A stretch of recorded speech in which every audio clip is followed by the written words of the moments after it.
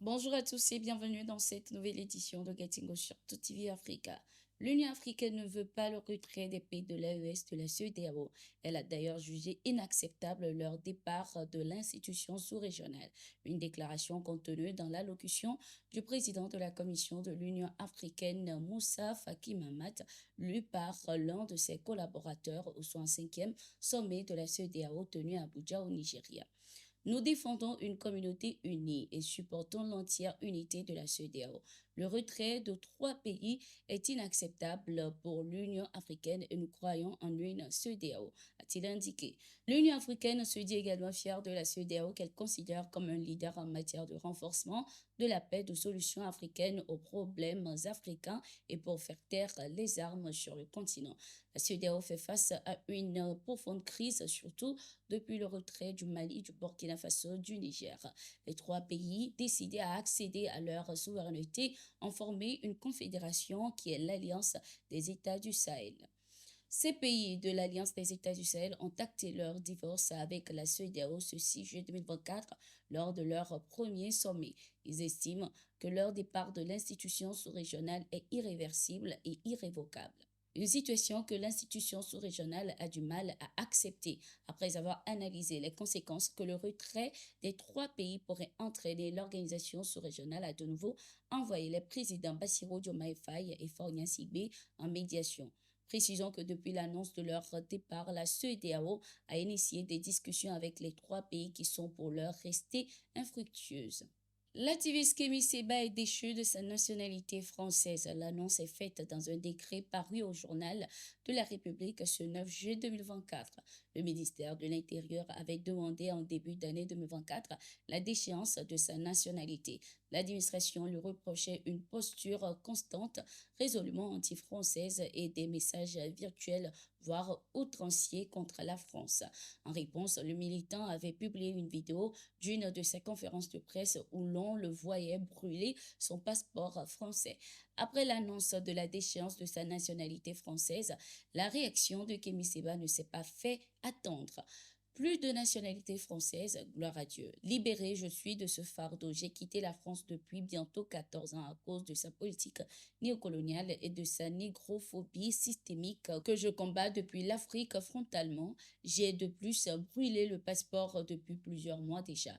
Me retirer la nationalité car je critique votre néocolonialisme et, chère autorité française, une reconnaissance très peu stratégique de votre part de l'efficacité de mon travail politique contre vous autres, les tenants de cette France-Afrique.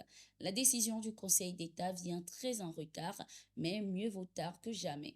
Ma lettre de demande d'abandon de nationalité trônait comme nous l'avions annoncé au Conseil d'État sur le bureau de mon avocat depuis plusieurs mois au cas où ce même conseil désavouerait le ministère de l'Intérieur, a-t-il écrit sur sa page X. Le vice-ministre des Affaires étrangères de la Fédération de la Russie et représentant spécial du président russe pour le Moyen-Orient et l'Afrique, Mikhail Bogdanov, est attendu à Dakar au Sénégal ce 10 juillet.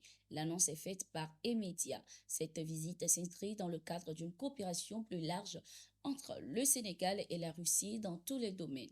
Le diplomate russe aura une rencontre avec le président sénégalais Bassirou Diomaye Faye et son premier ministre Ousmane Sonko. Selon les informations, cette visite sera marquée par le lancement de la Chambre de commerce et d'investissement Afrique-Russie-Eurasia.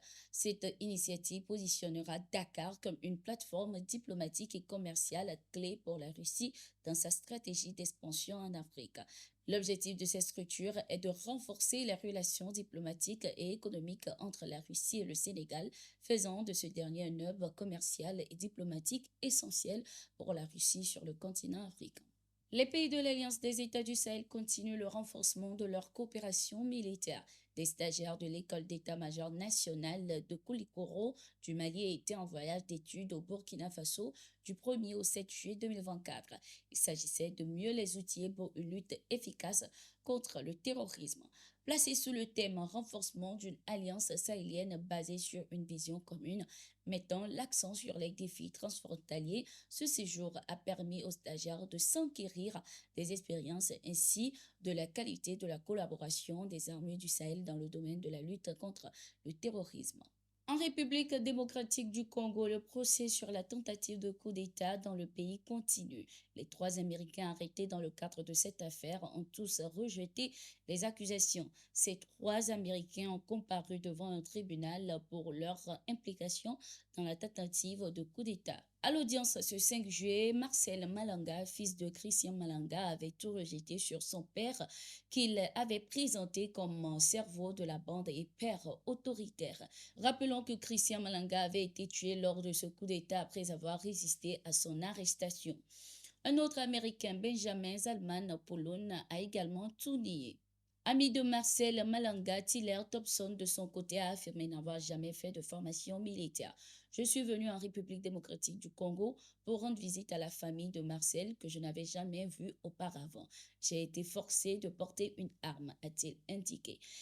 La prochaine audience est prévue ce 12 juillet 2024. Les faits reprochés aux accusés, qui sont plus d'une cinquantaine, sont passibles de la peine de mort selon le tribunal militaire. Merci d'être resté avec nous. Nous sommes arrivés à la fin de cette édition. Nous sommes en continu sur nos différentes plateformes.